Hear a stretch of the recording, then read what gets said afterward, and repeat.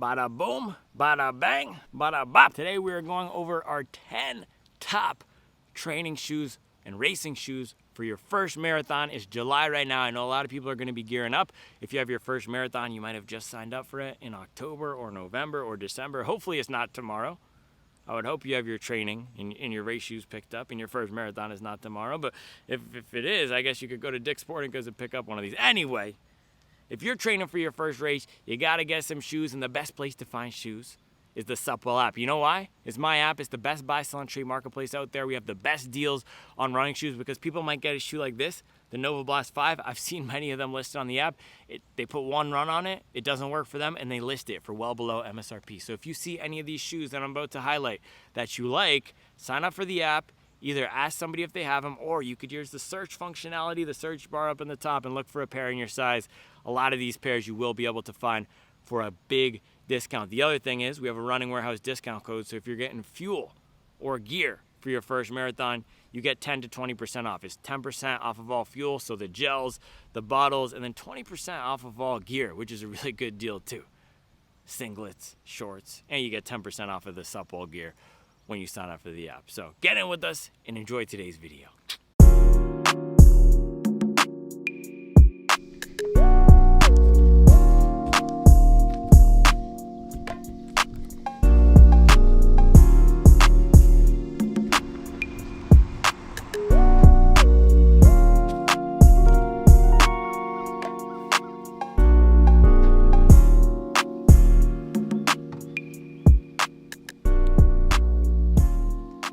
He's talking, man.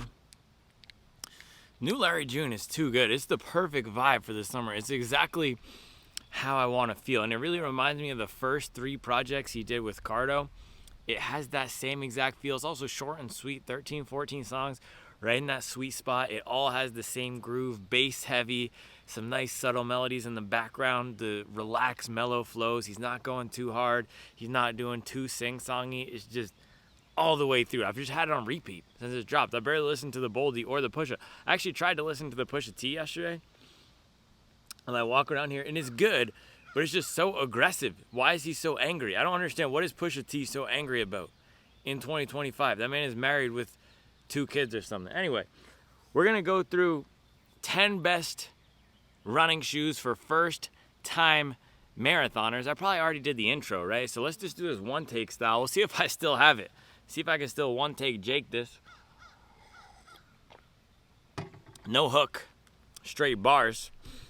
Let's kick it off with the Daily Trainer. So, reason I wanted to put this list together, we're halfway through the year. I've actually had a few people tell me they're training for their first marathon. It's July, so if you're running a marathon in October or November, that's 12 to 16 weeks.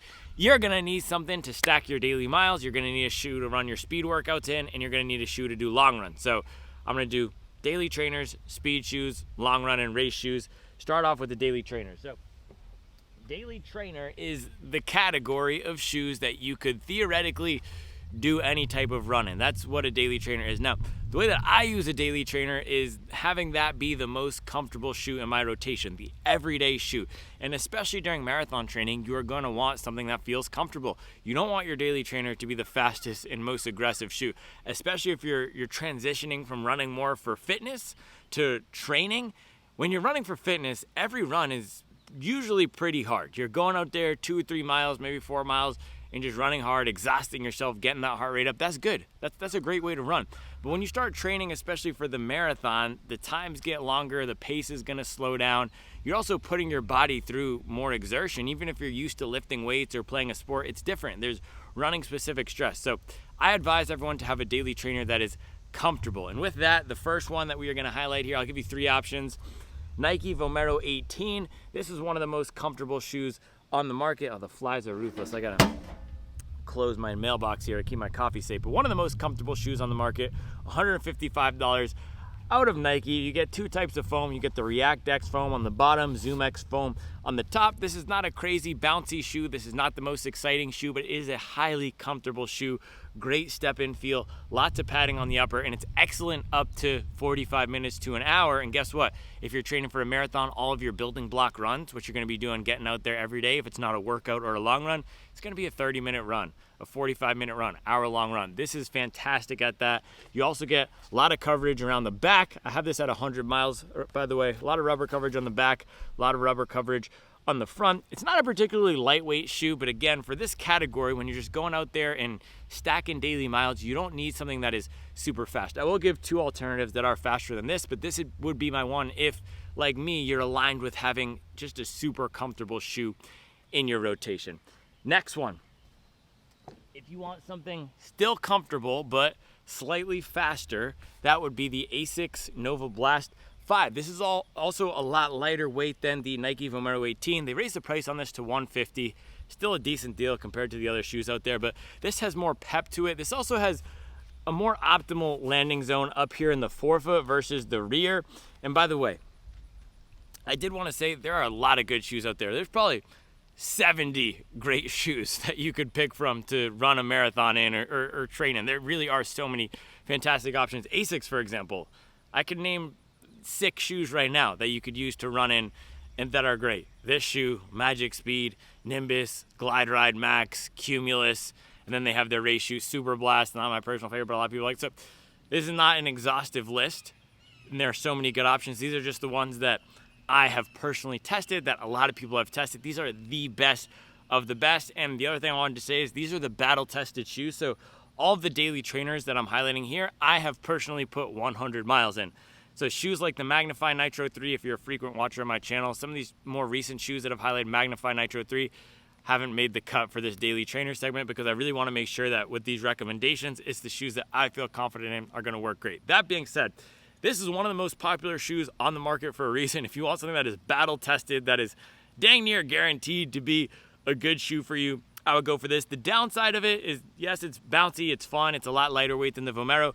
For some people, it doesn't feel the most cushioned in the forefoot and compress a lot. And the other thing is, at times, it can have a choppy heel to forefoot feel. So with the Vomero, you have a 10mm drop, so a lot more cushion in the back than the front, but it also does have a nice smooth ride. This can feel more optimal for just landing on the front versus the back. Sometimes it can feel like the back hit. So for me personally, I like the shoe a lot as a daily trainer, but I prefer it for days where I'm feeling just a touch stronger and a touch faster versus the Vomero. I know with that guy, that is a totally relaxed shoe. So two different shoes, two different flavors. And some people like having a shoe like the Nova Blast where you're gonna go out and be encouraged to run a touch faster, maybe pick up your pace by 2 or 3 steps per minute, pick up your pace by 10 to 15 seconds per mile, or have a shoe like the Vomero that lets you just hang back and cruise. I'm more in the Vomero camp.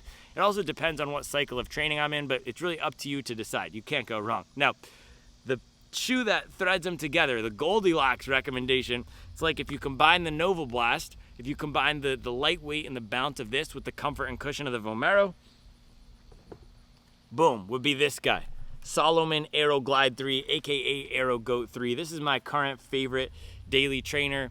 Magnify is also up there, but I just need to get more miles in that. Again, I only have, I think, 34 miles in that. Meanwhile, I have 100 miles in this, plus a run in the gravel version. So this is bouncy, great cushion, very lightweight for what it is, nice and forgiving upper. Some people actually think this fits a touch too big, but I mean, for marathon training, I'd rather have a shoe fit slightly too big than too small. But if you do have a narrow foot or you don't like having a lot of room, I would go half a size down. But yeah, this thing is just an absolute mileage eater. The foam does not fatigue. Great for any type of run. You could do long runs, you could do pace pickups in it, you can do strides. Truly an excellent shoe. And what I really like about it is, again, that lightweight. You get a lot of stack, you get above 40 in the back, but it doesn't feel like a big heavy shoe. The Vomero can feel like a big heavy shoe. The Nova Blast, on the other hand, right, for some people can feel too soft, too squishy. Not very many people are gonna have that too soft, squishy thing. I have heard for some folks, if you're landing up on the forefoot here, because of the way that they've designed this rubber pad where it's just a complete strip right here, it's just a full strip of rubber. If you land directly on that, so if you're more of a tiptoe kind of runner and you're popping off the front here and not using the back half of the platform, you might not get the same bounce. That is something to consider, but that's really only going to be applicable to 20% of the people out there. 80 to 95% of people who get this shoe absolutely love it. My favorite. I would say though, if you do consider yourself an aggressive 4-foot striker, then the Nova Blast 5 will probably give you more of that bounce. But for me, this is a perfect shoe because I can, like the Vomero, right, hang back, but like the Nova Blast, I can also get down to my faster paces, 620, 630 paces. So those are your daily trainer options. This is the Goldilocks zone. This is my favorite of the three. Vomero if you want something more comfortable, Nova Blast 5 if you want something faster. Let us go to the next category, the speed training category. And yes, I'll just have to show you right away. Yes, Evo SL is on this list. I know people, if we didn't put the Evo SL on the list, people are going to say, where's the Evo SL? Where's the Evo SL? This is the greatest running shoe of all time.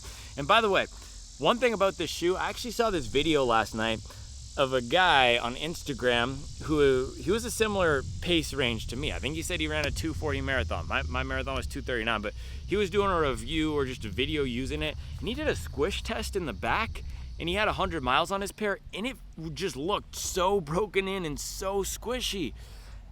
Meanwhile, I have 100 miles on my pair, and it looks brand new. So I don't know if there's some foam variation. I actually have heard some people say that they have multiple pairs and they feel different, but that's just something to keep in mind. Anyway, before we get into the shoe, if you're doing your first marathon, you're gonna have a few types of speed workouts. You might have intervals, shorter, faster workouts designed to build running economy, designed to make you more efficient. So these won't necessarily change your VO2 max or your lactate threshold, but they will help improve your mechanics and make you more efficient at holding faster paces. So that could look like 200 meter repeats, 400 meter repeats, or even strides, which are 10 to 20 second bursts of faster running. You might also have tempo runs. So either at lactate threshold pace, which is faster than your marathon pace, or at marathon pace. So for most people, that's going to be a 4 to 8 mile midweek run at a faster effort, not all out, but challenging, and by the end of it, you'll feel pretty worn out. And then you're going to have your marathon pace runs, and you might have some stuff in between. But those are really the main type of runs: faster repeats, tempo runs, marathon pace runs, and maybe you'll throw in some 5K races or 5K pace work. So my main recommendation for most first-time marathoners, and if you're a first-time marathoner, is likely you're in a 3:30 to 5 hour or 6 hour even marathon range. That's where the fat part of the bell curve is. And assuming you're younger and you played sports, maybe you'll be closer down to the 3:30 or maybe even faster. Maybe you ran track in college and you're going for a sub 3, but most people are going to be 3:30 to 5 hour. This is a great shoe for that because at those paces where you're going to be running your speed workout, so 6 flat to 8:30, 9-minute pace, this does great for a lot of people. You get so much bounce out of this foam. It's everything you need, nothing you don't. It's 100% race foam in the midsole here without a plate, which makes it more comfortable. I actually took this for a 30-mile long run out of the box, and it did really well. Downsides of it, the upper is not the best, so not the most comfortable shoe. And also with the ride, I don't feel that it's the most comfortable shoe. Some people do use this as a daily trainer. So keep that in mind. If you get this, you might like using it as your everyday shoe. For me personally, I prefer more comfort in my shoe, and this just does not feel like a comfortable shoe. It very much feels like a race shoe that they made a training shoe. So taking out the carbon plate and the carbon rods that are typically in race shoes and making this more of a training shoe. With that, the price is only $150. So this would be my top recommendation for most people for marathon style speed workouts. My other recommendation,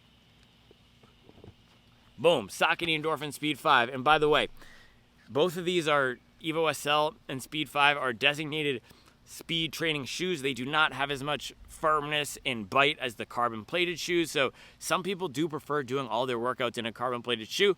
I'm also going to highlight some of those in the racing segment. So again, that is your choice, whether you want a more flexible, more comfort-oriented training speed shoe, or if you want to do the race day shoes. And all the race day shoes I'm highlighting are very durable, so you're not going to have to worry about, with one block, putting too many miles on a race shoe before getting to the start line. So that's really up to you. I personally like doing all my speed workouts in the carbon shoes because that's what I'm going to be racing in.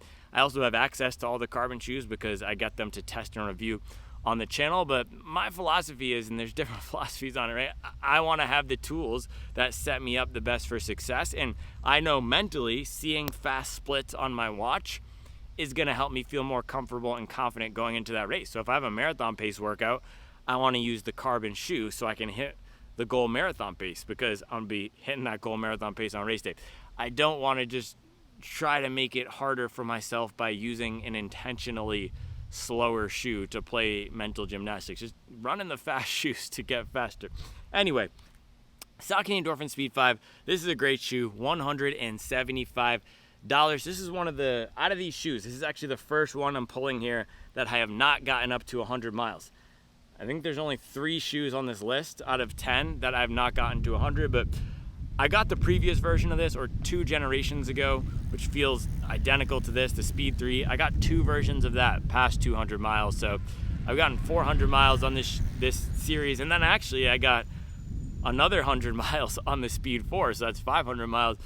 And then I got about 300 miles on the Saucony Endorphin Pro 3, so that's 800 miles in shoes that are very similar to this. Anyway, great shoe. You get 100% of the Power Run PB race foam here. And this is another shoe that threads the line between an everyday daily trainer, more of a shoe that you could use for your midweek runs, and then a speed shoe. So if you're a runner like me, bigger, more powerful, I'm 6'2", 155 pounds, but I tend to wear hard on my shoes and put a lot of force down into them. That's actually one of the downsides of this series. Historically, does not last the longest for people who are hard wearing on their shoes.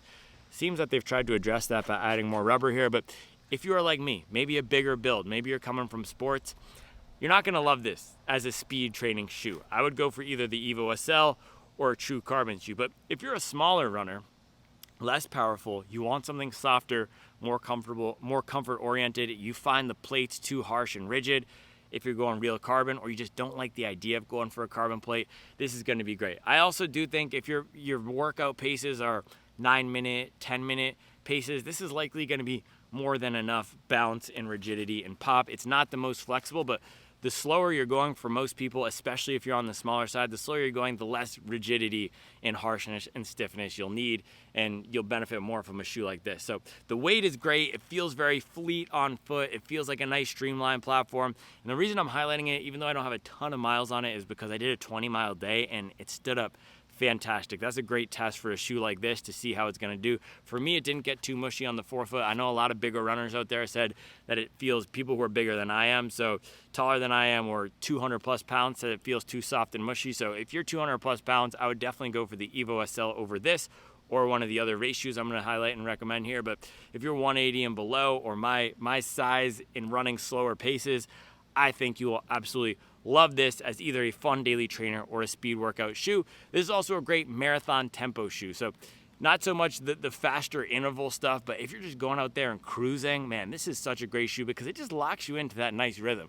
For me personally, right around 650 to 7 flat, that's where this shines. So hey, maybe if you're going for a sub 3 marathon, this could be your tempo shoe. But I just think for most people, if you're training for a marathon and you're going for sub 330, sub 315, sub 3, I would start working in the carbon shoes here and there, especially for those marathon based tempos. But Saucony Endorphin Speed 5, great speed training option.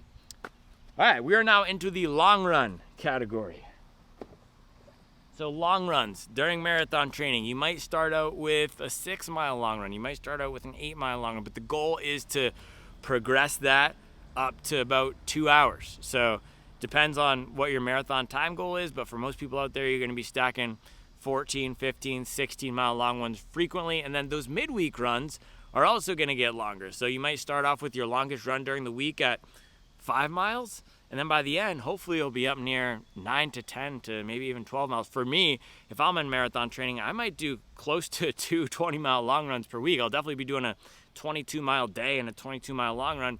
And most of the time, I'm getting up to 17 miles midweek as my midweek long run. So my first recommendation for that, and by the way, I'm not going into all the philosophy of marathon training, but I'm having fun talking about the training today, and people have been asking me to do another training talk. So I really should start talking about aerobic base building again. But my first recommendation for long run training during marathons, Puma Mag Max. This is still number 1. This is my highest mileage shoe ever since I started testing everything on the market last year. So this is 200 miles. I don't get anything up to 200 miles now. I think this, the Glycerin Max, Super Blast, some of these Max Stack shoes that I mean, Super Blast because everyone is just obsessed with that shoe, so I put a lot of miles on it. But this and Glycerin Max are two of my highest mileage training shoes.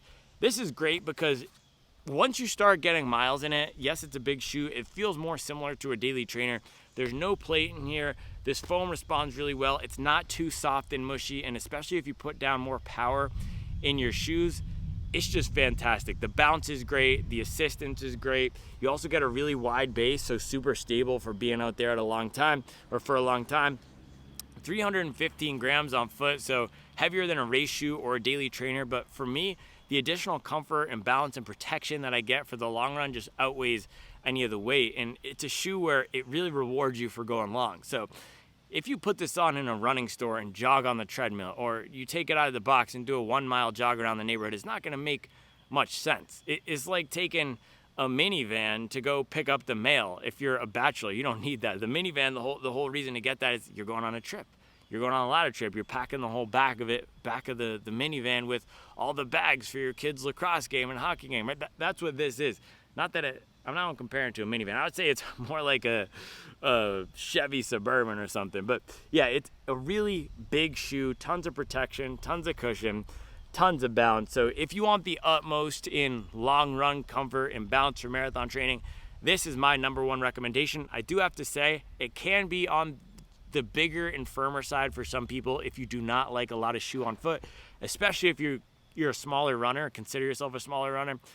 For me, it's great, and I know for a lot of people out there in the community, shout out to the Supple app putting in work, this is great. But if you just don't like the feeling of a lot of stack, you might not like this, and for some people it could potentially be on the firmer side. So my alternative to this, boom, for long runs, new in the house, Mizuno Neo Vista 2. This is probably the most slept on shoe of 2025. It just is getting no pop and no buzz. I think it's because they put the logo on the inside too. It almost looks anonymous like this. I actually think it looks super clean, but people are sleeping on it. Anyway, Neo Vista 2, very soft shoe, soft, bouncy, comfortable, smooth. I absolutely love this thing. Another shoe where I got 100 miles on it, and it's rare that I'm getting 100 miles on shoes, but I think this is actually my quickest to 100 miles this year, other than the Peg Premium, which that's a story for a different video, which I did in the 100 Mile Week review video of that. But with this, I think I got it 100 miles in 6 weeks or something. So I love this thing. It's one of the best shoes out there for just going out there and going long.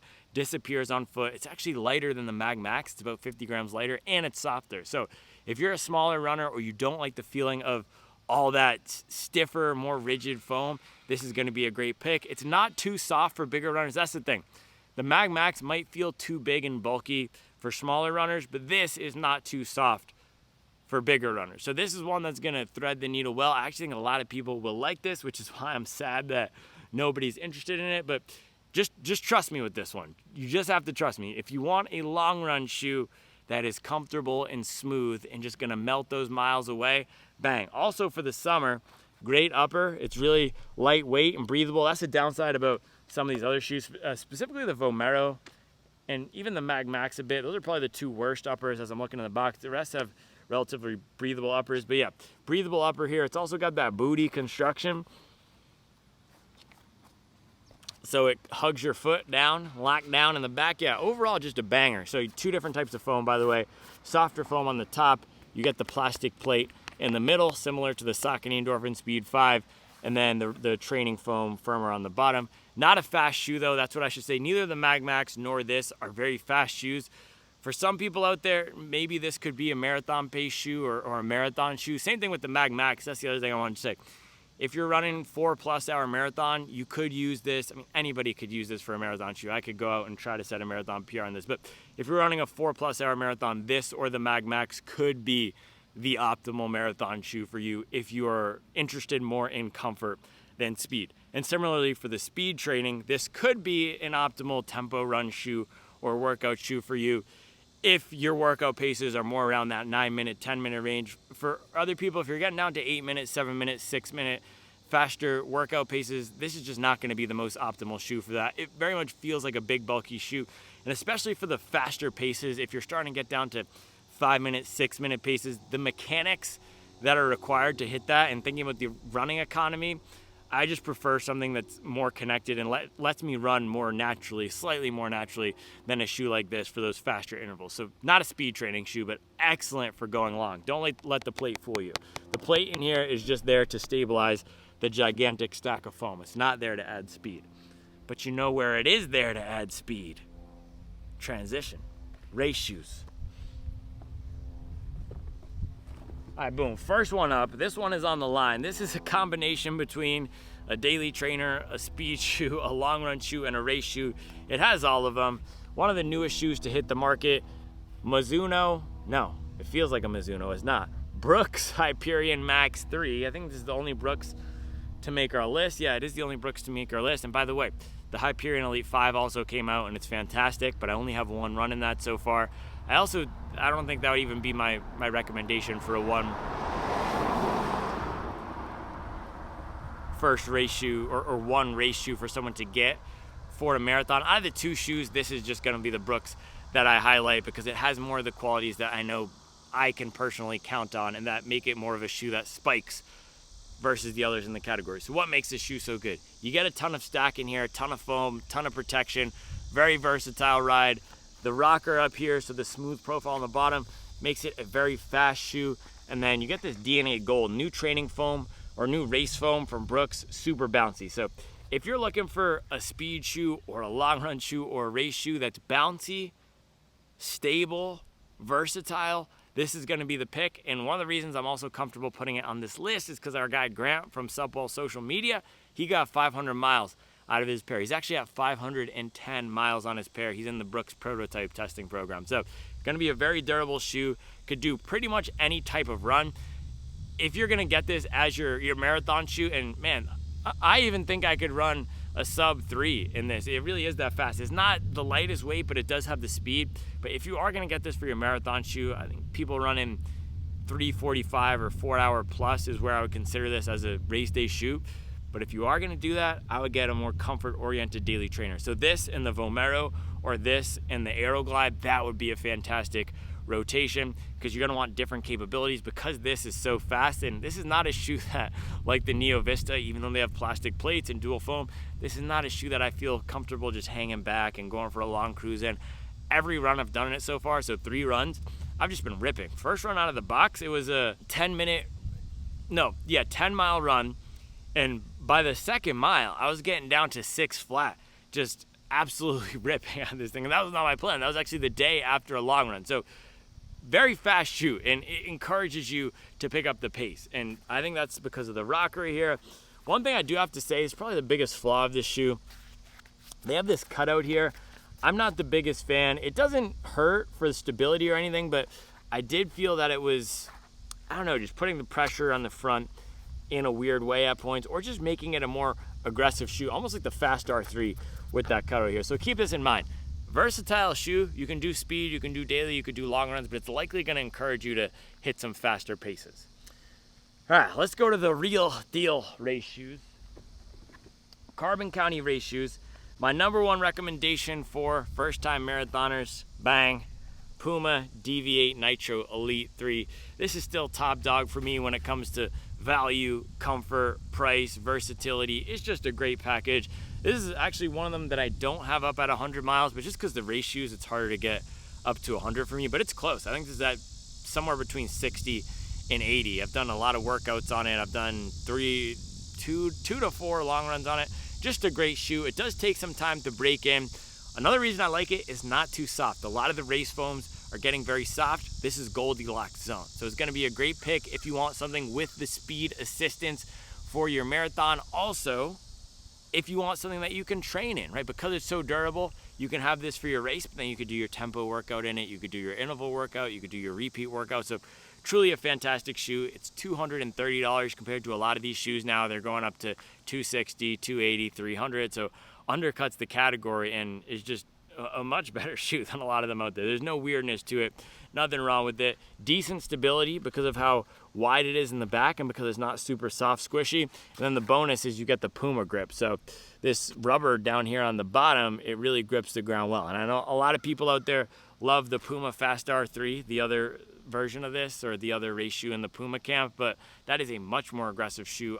I don't think I'm going to use it for my next marathon, the Fast R3. I might try it for a half marathon, but it's just so aggressive and makes me run in such an aggressive manner that I would be worried running a marathon. I don't think I can hang with it. So this is my pick out of the Puma. And with the Fast R3, yes, it's great, but especially for a first-time race where I don't care how fast you are. Your first marathon is all about getting to that finish line.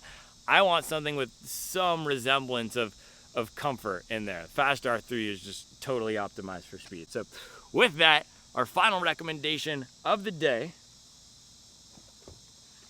bang. It would not be a best marathon list without an Alphafly. So this is Nike Alphafly 3. I know a lot of people out there, you're going to watch this video and then buy the Alphafly regardless of whether it was on the list or not, but it does deserve a slot on this list. Similar to the Puma Mag Max, one of my highest mileage shoes of the past few years. I got, I think, 180 miles on my first pair, and then with this guy here, I have 30 to 40 miles, so 200 plus miles across two pairs of them. Great cushion. The killer here is how much foam you get, so how much stack you get up in the forefoot. Man, it's not a one take because I've been recording for so long that I maxed out the 30-minute limit here. So it's going to be a two take. I also think I might need to cut something out. I think I did a weird noise at some point. Ugh. No. Yeah, you get a lot of cushion here. It's just so protective. The bounce is great from these AirPods. Truly a special shoe. And the nice thing is you get the wide base. And this is a shoe that as I've gotten more miles in it, it's felt more and more accessible to me, more approachable to me. And I do think a lot of people can work with it. It is definitely an aggressive shoe. So just keep that in mind. For most people, I would suggest something more comfortable for your first marathon. If you're going 330 plus, 345 plus, there's a lot of great options out there. And if you want more of a training shoe, Mag Max, Neo Vista, Hyperion Max. But if you are going for a fast race, if you want to see what you can get, if you want to get the best out of yourself, this or the Deviate Nitro Elite 3 will be your best bet. Now, some people are just going to pick this because it's Nike, but if you are choosing between the two, this one does feel more aggressive to me. This one feels more optimal for running faster, whereas the Deviate Nitro Elite 3, that feels better across a wide range of paces. So my recommendation is between 330 and 4, definitely get the Deviate Nitro Elite 3. Plenty of people do use this and do fine with it, but for me, it benefits more from the faster paces. So sub 330 and below. I'm not saying you can't run in it at any pace. I mean, you could walk around and there's plenty of people do. You could even bike in it like Conor McGregor, but I just think the Deviate Nitro Elite 3 is a better choice for those slower paces. So Alphafly 3 is the last recommendation. That was 10 shoes. That was a lot of shoes, but those are my recommendations if you're training for your first marathon. Other recommendations, let's see. Get good sleep. Yeah, don't be getting into shenanigans the night before your long runs. Make sure you're refueling in the summer, so not just water and electrolytes, but getting those carbs in and upping your carb intake in general. The number one enemy of marathon training is being underfueled. You got to stay on top of it. You got to make sure you're not in a caloric deficit for your big runs. What else?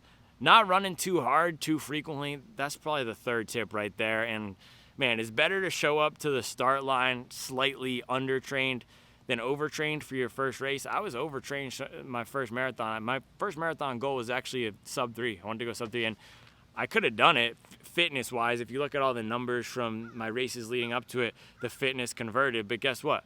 Races are not run on a race pace calculator. They're run out there on the roads, and I trained too hard. I didn't optimize the workouts correctly. I was just putting too much stress on my body. My knee felt weird going into the race, and there's a lot of stress. So that's the thing too, man. It's better to, hey, I know I have a 10-mile tempo run tomorrow, but I'm not feeling it. Make it a 6-mile tempo run or move it. That's fine. And for a lot of people out there, if you're running a marathon, you likely don't have a commitment problem. If you've gotten to this stage, if you're evaluating the shoes, if you're running all the workouts, you are committed. So give yourself permission to occasionally cut down or push it. Don't quit, and definitely run it. And my rule is run as much as you can. So if you're not feeling it, at least give it a shot and then cut it down. But it's a lot better to be on the conservative side, especially during your first marathon. And this might sound weird coming from me because a lot of you who watch the channel all the time know how hard I push myself. But I've learned my body, and that's the benefit of stacking multiple blocks and multiple years of training. I now know when I can push, when I shouldn't push, but especially when you're just starting out, getting up to 16-mile long runs, 20-mile long runs for the first time, it's important that you're on the more conservative side. Because guess what? You can always run 20-mile long run again next week if you're healthy. But if you do 20 this weekend when you shouldn't, you're going to be out for a few weeks. So that's the philosophy, man. And then, yeah, the recovery is important, the sleep. Don't be going out with the boys till 3 a.m. slugging beers before your long run. I would just try to eliminate that altogether during your marathon block. But yeah, those are the best shoes. Let me know all your questions below, whether it's about the training or the shoes, and get in with us on the Supwell app. If you're running your first marathon, it's a great place to be. A lot of hobby joggers getting after it daily. All right, I appreciate you. I'll be back tomorrow with another video. That was a lot of work. Went straight through. Like a running back.